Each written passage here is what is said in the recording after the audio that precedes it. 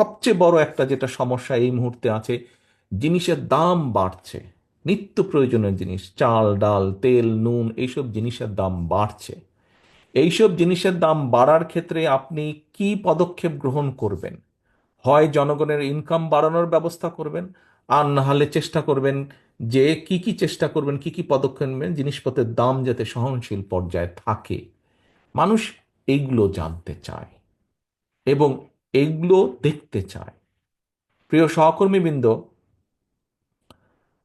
বাংলাদেশ জাতীয়তাবাদী দল আমাদের প্রিয় দল, যেই দলের জন্য আপনারা জীবনের বহু সময় ব্যয় করেছেন, যেই দলের জন্য আপনারা অত্যাচারিত হয়েছেন, নির্যাতিত হয়েছেন, জেল জুলুম খেটেছেন, যেই দলকে আজকে আপনারা প্রতিষ্ঠিত করে তুলেছেন, এই দলের মূল উদ্দেশ্য বা লক্ষ্যই হচ্ছে, অথবা এই দল যতবার অতীতে ছিল, যেমন এখানে একজন প্রশ্নকর্তা বলেছেন যে আমাদের বিউটি আপা উনি বলেছেন যে শহীদ জিয়া, দেশনেত্রী খালেদা জিয়া যখন সুযোগ পেয়েছেন ওনারা নারীদের জন্য কি কি পদক্ষেপ করেছেন, শিক্ষার জন্য কি করেছেন। আরেকজন বলেছেন, খুব সম্ভব মৃণাল কান্তি, উনি বোধহয় বলেছেন যে বিএনপি যখন সুযোগ পেয়েছে, এই যে বাংলাদেশে দুটো বড় সেক্টর বৈদেশিক মুদ্রা অর্জনের, একটি হচ্ছে গার্মেন্টস, আরেকটি হচ্ছে আমাদের প্রবাসী ভাইদের রেমিটেন্স। এই দুটোই কিন্তু শহীদ জিয়ার অবদান, এই দুটোই কিন্তু বিএনপির অবদান। অর্থাৎ বিএনপি এই দুটোকে শুরু করেছে, তারপরে পর্যায়ক্রমিকভাবে এগিয়েছে, কম বেশি হয়তো পরবর্তী সরকার কেউ কম করেছে, কেউ বেশি করেছে, কেউ ভালো করেছে মন্দ করেছে, সেটা হচ্ছে অন্য ব্যাপার, বা শুরু করেছে বিএনপি। কাজেই জনগণ জানতে চায় যে এরকম শিক্ষার ব্যাপারে, এরকম কর্মসংস্থানের ব্যাপারে যেভাবেই হোক আপনারা কি করছেন, এইগুলা করেছে, সেই জন্যই মানুষ দেখেছে, মানুষ করেছে। এখন আমাদের দায়িত্ব হচ্ছে যে আমরা কি চাই, কি করেছি, কি করতে চাই, দেশের জন্য ভালো কি করেছি, দেশের জন্য ভালো কি করতে চাই, মানুষের জন্য ভালো কি করেছি, মানুষের জন্য ভালো কি করতে চাই, এই কথাগুলো নিয়ে যাওয়া মানুষের কাছে। আজকে যে 31 দফার যেই কর্মসূচি বা কর্মশালাটি হলো, প্রিয় সহকর্মীবৃন্দ, এই কর্মশালাটি দেখেন ঢাকা থেকে প্রশিক্ষকরা এসেছেন, আপনাদের কাছে তুলে ধরেছেন, প্রত্যেকটা বিষয় আপনাদের কাছে তুলে ধরেছেন।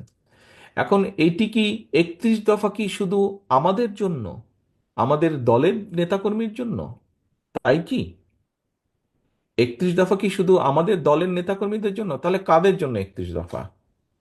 31 দফা কার জন্য? ইয়াস, দেশ এবং জনগণের জন্য।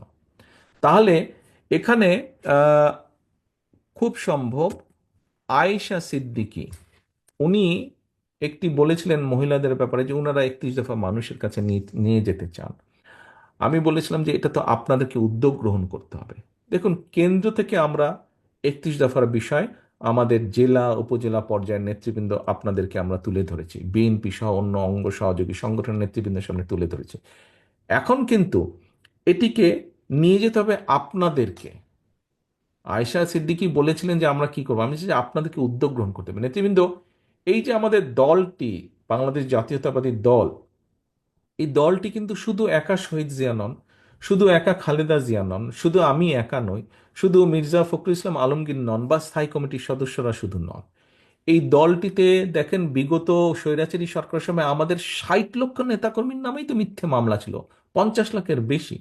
অর্থাৎ এই দলটি, আপনারা আজকে যারা সকলে বসে আছেন তারা, এবং সমগ্র বাংলাদেশে ছড়িয়ে ছিটিয়ে থাকা লক্ষ কোটি নেতাকর্মী আছে বিএনপির, প্রতিটি গ্রামে, প্রতিটি মহল্লায়, প্রতিটি ওয়ার্ডে, প্রতিটি উপজেলায়, প্রতিটি থানায়, প্রতিটি পৌরসভায়, জেলায় লক্ষ লক্ষ নেতাকর্মী আছে। এই সকলকে নিয়ে আমাদের এই দলটি, এবং এর বাইরে বিশাল একটি জনগোষ্ঠী রয়ে গিয়েছে, বিশাল কোটি কোটি মানুষ রয়ে গেছে। আমাদেরকে তাদের কাছে যেতে হবে। তাদের কাছে শুধু আমরা এই কয়েক ব্যক্তি যেতে পারবো না, আপনারা যদি না যান আমাদের পক্ষে যাওয়া সম্ভব না। আমাদের যেতে হবে সকলকে। প্রিয় সহকর্মীবৃন্দ, আজকে এই প্রশিক্ষণ করার উদ্দেশ্য হচ্ছে, এখন দয়া করে আপনারা জেলা নেতৃবৃন্দ আপনাদের সকল উপজেলা বা থানাদেরকে নিয়ে বসবেন। থানা নেতৃবৃন্দ আপনারা আপনাদের ইউনিয়ন বা পৌরসভা, এই সকলকে নিয়ে, নেতৃবৃন্দকে নিয়ে বসবেন, এবং আপনাদেরকে ছোট ছোট কর্মসূচি গ্রহণ করতে হবে। এখানে কোনো নির্দিষ্ট সময় নেই, আমরা সামনে একটি নির্বাচন আমাদেরকে পার হতে হবে, এই নির্বাচন পর্যন্ত আপনাদেরকে 31 দফা কর্মসূচির মানুষের কানে কানে নিয়ে যেতে হবে, ঘরে ঘরে নিয়ে যেতে হবে যে 31 দফার ব্যাপারে, এই 31 দফা নামক একটি দফা আমরা দিয়েছি, 31টা, এখানে এই বিষয় আছে, আমরা এই কাজ করতে চাই তোমাদের জন্য। অনেকগুলো বিষয়, যেমন আপনাদের প্রশ্ন উত্তরে অনেকগুলো বিষয় উঠে এসেছে, আপনারা বলেছেন, আমরা বলেছি আমাদের অবস্থান থেকে, আপনাদের চেষ্টা করেছি আপনাদের প্রশ্নের একটি সন্তোষজনক জবাব দেওয়ার জন্য। ঠিক একইভাবে আপনাদেরকে জনগণের কাছে যেতে হবে। সহকর্মীবৃন্দ, জনগণকে নিয়ে এই দেশ, এই দেশের মালিক হচ্ছে জনগণ। এন্ড অফ দ্য ডে কিন্তু জনগণ ডিসাইড করবে। আমরা পপুলার কি পপুলার না, এন্ড অফ দ্য ডে, দিনের শেষে এটা কিন্তু ডিসিশন নেবে জনগণ। কাজেই বক্তৃতা বিবৃতিতে মাঝে মাঝেই আমি একটি কথা বলি, জনগণের সঙ্গে থাকুন, জনগণকে সঙ্গে রাখুন, জনগণের সাথে থাকুন, জনগণকে সাথে রাখুন। প্রিয় নেতাকর্মীবৃন্দ, আমরা রাজনৈতিক দল, এখানে উপস্থিত প্রত্যেকটি মানুষ আপনার রাজনৈতিক কর্মী। আপনি একজন রাজনৈতিক কর্মী বা একজন রাজনৈতিক নেতা হিসেবে আপনার পিছনে যদি পাবলিকই না থাকে, তো আপনি কিসের রাজনৈতিক নেতা, কিসের রাজনৈতিক কর্মী? আপনার পিছনে যদি পাবলিকই না থাকে, ও আর নাম সর্বস্ব নেতা আপনি হবে, তো লাভ আছে কোনো ওরকম হয়ে? ওরকম হয়তো কোনো লাভ নেই। আমাদের একজন রাজনৈতিক কর্মী হিসাবে আমাদের সবচেয়ে বড় সার্থকতা কি?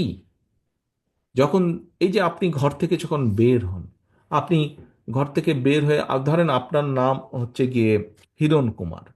তো হিরণ কুমার কি আপনি একা শুধু?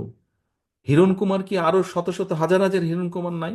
কিন্তু খেয়াল করে দেখেন তো, হিরণ কুমার হিসেবে আপনি যখন বের হন, মানুষের সম্মান বা সালাম আপনি যেটা পান ঘর থেকে দিনে বের হওয়ার পরে, আপনার মতো অন্য হিরণ কুমার যারা আছে তারা কি পাচ্ছে সেটা? তাদেরকে হয়তো কেউ চেনেই না। কিন্তু আপনি কেন পাচ্ছেন? আপনি এই জন্য পাচ্ছেন যে আপনি এই দলের একজন নেতা, সেই জন্য কিন্তু আপনি সম্মান পাচ্ছেন, মানুষের 10টা মানুষের সালাম পাচ্ছেন।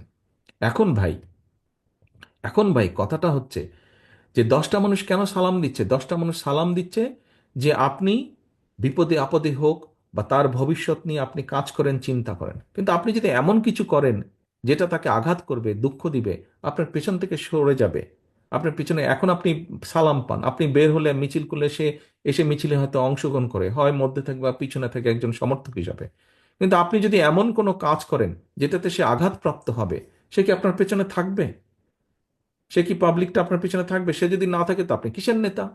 আপনি কিসের নেতা? এবং এখন কিন্তু মানুষ অনেক সচেতন। এবং সহকর্মীবৃন্দ, আপনাদেরকে আমি একটি কথা বলি, এটা ব্যক্তিগতভাবে নিবেন না। কথাটি হচ্ছে, দেখুন, আহ, মানুষ আমাদের উপর আস্থা রাখতে চাইছে, আমাদের উপরে অর্থাৎ বাংলাদেশ জাতীয়তাবাদের উপরে। মানুষ অর্থাৎ দলমত নির্বিশেষে সাধারণ মানুষ যারা ভোটার এই দেশের, তারা বিএনপির উপরে আস্থা রাখতে চাইছে।